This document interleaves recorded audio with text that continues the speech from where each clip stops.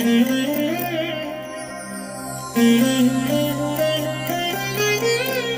దినం పరము నుండి దిగివచ్చు మాట. ఇది నీ జీవితానికి వెలుగుల బాట. నీ ఒడిలో ఉంచబడిన దీవెనల మూట, అద్భుతాల ఆనంద ఊట. ఏప్రిల్ 5 సంవత్సరమంతా మీరు బైబిల్ చదివి ముగించడానికి ఈరోజు మీరు చదవవలసిన లేఖన భాగం ఉదయము 1 సమూయేలు గ్రంథం 1, 2 మరియు 3 అధ్యాయములు. సాయంత్రం లూకా సువార్త 8వ అధ్యాయము 26 నుండి 55వ వచనం వరకు. ప్రియమైన దేవుని బిడ్డలారా, ఈ ఉదయకాల సమయంలో ప్రభు కృప మీకు తోడైండునుగాక. ఎలా ఉన్నారు? బాగున్నారు కదూ? ఈరోజు ఒక ఫ్రెష్ మైండ్తో మీరు నిద్ర లేచి ఉంటారు. దేవాది దేవుడు రాత్రంతా చక్కగా కాపాడి ఈ ఉదయకాలం సూర్యోదయం చూడడానికి మీకు ఎంతగానో సహాయం చేశాడు. దేవుడు మీ జీవితంలో ఇస్తున్నటువంటి ప్రతిరోజు కూడా ఒక అద్భుతమైన బహుమానం. మనం డబ్బులు పెట్టి 1 గంట సమయాన్ని కూడా కొనుక్కోలేము. ఐసీలో ట్రీట్మెంట్ తీసుకుంటున్నటువంటి ఒక రోగి ఎంతగానో విలవిలలాడతాడు. నేను బయటికి నడిచి వెళ్ళాలని, నా అంతటా నేనే పని చేసుకోవాలని, మరలా నేను మునుపటి ఆరోగ్యాన్ని, ఆనందాన్ని అనుభవించాలని ఎంతగానో కోరుకుంటాడు. ఒకవేళ అతని వ్యాధి తీవ్రతరమైతే ఆ రోజు అతడు కన్ను మూయవలసి వస్తే అతని తరపున బంధువులు కానీ, కుటుంబ సభ్యులు కానీ ఆ వైద్యులకి పోసినటువంటి డబ్బంతా వ్యర్థమే. అతని కొరకు ఖర్చు చేసిన ఆ ధనం ఏమాత్రం అతని ప్రాణాన్ని కాపాడలేకపోయింది. ఈరోజు ఈ అద్భుతమైన సూర్యోదయాన్ని మీరు చూచారంటే వెలకట్టలేని ఆ బహుమానాన్ని దేవుడు మీకు ఇచ్చాడు అని అర్థం. మరి ప్రభువుకి కృతజ్ఞతాస్తుతులు చెల్లించారా? ఆయన సన్నిధిలో మోకాళ్ళుని ప్రార్థన చేసి ఆయన వాక్యాన్ని మీరు చదివారా? ఒకవేళ అది గనక మీకు జరగకపోతే ఈ ధ్యానం విన్న తర్వాత మీరు ప్రార్థించటం మొదలు పెట్టండి. ప్రియమైన దేవుని బిడ్డలారా, ఈరోజు ప్రభువారు మనకు ఏర్పాటు చేసిన వాక్య భాగాన్ని చదువుకుందాం. 91వ కీర్తన 15వ వచనం. అతడు నాకు మొర్రపెట్టగా నేను అతనికి ఉత్తరమిచ్చేదను. దేవుని బిడ్డ, ఈ మాట ఎప్పుడైనా ఆలోచించావా?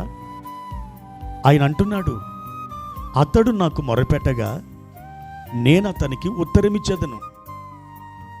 అతడు అనే మాట దగ్గర మీరు పేరు పెట్టుకొని చదవండి. ఇదే మాట దగ్గర నా పేరు పెట్టుకొని చదివితే ఇలా ఉంటుంది ఆ వాక్యం. డేవిడ్ పాల్ మొరపెట్టగా నేను అతనికి ఉత్తరమిచ్చేదను. ఇలాగే మీ పేరు పెట్టుకొని చదవండి. మీరు అలా చదివినప్పుడు మీకు తెలియకుండానే మీ హృదయంలో ఒక విశ్వాసపు ఉప్పెన అది లేవడం మీరు చూస్తారు. మన దేవుడు మన ప్రార్థనలు ఆలకించువాడు, మనకు జవాబులు ఇచ్చువాడు, మనకు ఆశీర్వాదాలు తెచ్చువాడు. ప్రియమైన దేవుని బిడ్డ, ఎల్లప్పుడూ ప్రార్థన చేస్తూ ఉండండి. మీ ప్రార్థనకు ఏదో ఒక దినం దేవుడు జవాబిస్తాడు. అడగనిది అమ్మైనా అన్నం పెట్టదు. మనం ప్రభు సన్నిధిలో మొర్ర పెట్టినప్పుడు ఆ మొర్ర ఆకాశ మహాకాశాలు దాటి దేవుని యొక్క కరుణాపీఠ వద్దకు చేరుతుంది. ఒకానొక దినం నువ్వు చేసిన ఆ ప్రార్థనకు లేదా నీ అంగలార్పుకు అద్భుతమైన జవాబులు దేవదూతలు పట్టుకొని వస్తారు. ఆ దినాన నువ్వెంతగానో సంబరపడిపోతావు. ఇదిగో, ఒకరోజు నేను ఇలా ప్రార్థన చేశాను, ఈరోజు దేవుడు నాకు జవాబిచ్చాడు. ఆ దినం నేను ఇలా అడిగాను, నాకు ఈరోజు నా తండ్రి నేను మర్చిపోయిన ఆయన మర్చిపోకుండా అద్భుతంగా నాకు ఆ జవాబును దయచేశాడు. ఈ విధంగా నీవు సాక్ష్యం చెప్పడం నీ అనుభవంలో చూస్తావు. ప్రియ సహోదరి సహోదరుడా, ఎల్లప్పుడూ ప్రార్థించండి, ఎడతెగక ప్రార్థించండి. సమయమనక అసమయమనక మీరు దేవుని సన్నిధిలో మోకాలు వేసి ప్రార్థన చేస్తూ ఉండండి. దావీదు భక్తుడు కొన్నిసార్లు రాత్రి జాముల్లో ఆయన మేలుకొని 7 మారులు దేవుని స్తుతించేవాడట.